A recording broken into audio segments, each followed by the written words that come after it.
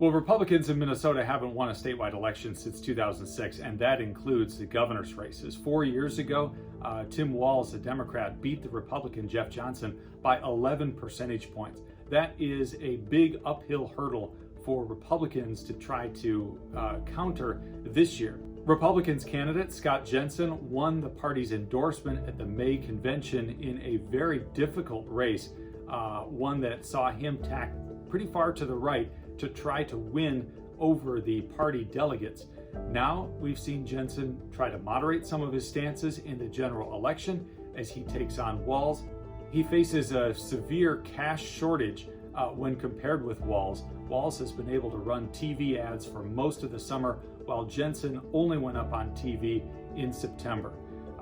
The governor does have some weaknesses, specifically on crime and inflation, and Scott Jensen has attempted to counter those, while Governor Walz has pointed to Jensen's past comments on abortion. Jensen said that he would try to ban abortion, even though he has since said that that would be very difficult for him to do, and it's not on the ballot this fall. Walz has also pointed to past controversial comments that Jensen has made on COVID. Jensen is not vaccinated. He has opposed mask mandates and vaccine mandates in the past, and Walz has pointed to those, saying that Jensen is dangerous and should not be the next governor. In 2018, the Attorney General's race was the closest of Minnesota's 4 statewide races. Attorney General Keith Ellison, a Democrat, only won by about 4 percentage points in an election that was a wave year for Democrats. Governor Tim Walz, for example, won by 11 points that year. Ellison won by only 4. And so Republicans see the Attorney General's race as a real opportunity for them. They have a political newcomer, Jim Schultz, who is running for Attorney General on the Republican side, and polls suggest that this year the race is going to be very close. Crime has been a major issue in this race. Schultz is taking the fight to Ellison, pointing to the increase in crime data across the state and saying that the Attorney General has not done a good enough job on that. On the other hand, Ellison is running on his record of consumer protection. He has sued opioid manufacturing companies, and he has won settlements with for-profit universities that have folded and scammed students out of significant money. So Ellison is saying that he can win based on what he has done in his first term. Minnesota's 2nd congressional district is likely to be the closest of the 8 congressional races in the state this year. In addition, it's one of the most closely watched congressional races in the country. We've seen significant money pouring in from both Republican and Democratic outside groups.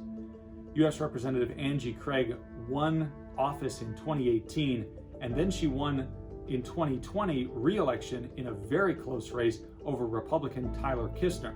Kistner is back this year. He is taking on Craig in a rematch.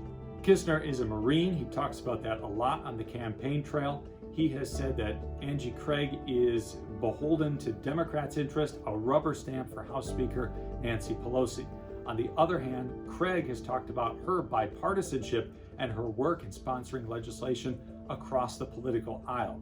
This is a district that includes the South Metro, lots of suburbs, as well as parts of rural Minnesota in the southern part of the state, and it is a political swing district, meaning that it is anybody's race come November.